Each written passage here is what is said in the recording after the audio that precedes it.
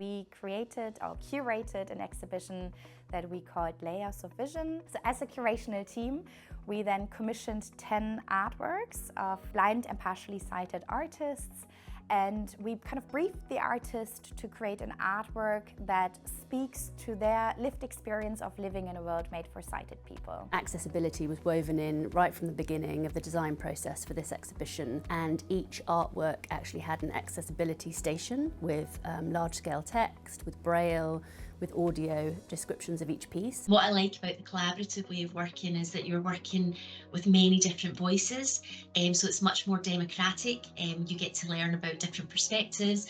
What Layers of Vision has reinforced for me is this is the approach that I want to continue with throughout my research, because I think it's so empowering and it's just a much nicer way of working.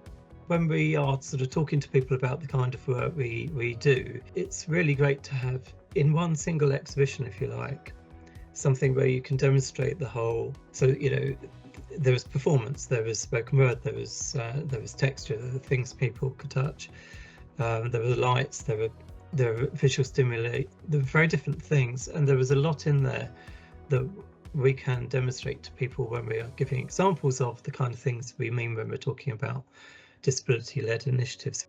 But when people were involved in the exhibition design, in the name of the project, so Layers of Vision, they were involved in the workshops, they were involved in the talks. So they were really part of it. I hope that the legacy of this work will be that curators, other people who put on exhibitions, consider more what it's like for those who can't see or who can't process visual information, and from there on to also move beyond the visual aspect, but also consider how any kind of art can be made accessible for anyone who is different in how their bodies or their minds work, and therefore allow everyone to participate. That's what I hope the legacy will be.